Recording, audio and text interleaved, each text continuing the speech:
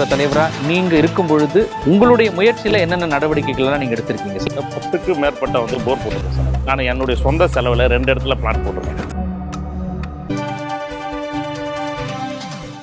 எந்த தெருவுலயே எங்கேயும் நிற்காது, ஒரு தண்ணி கடை தேங்காது. நான் தலைவர் வந்த பிறகு என்னால் என்ன பண்ண முடியுமா நான் காவா போட்டிருக்கேன், எல்லா இடத்துலையும் போட்டிருக்கேன்.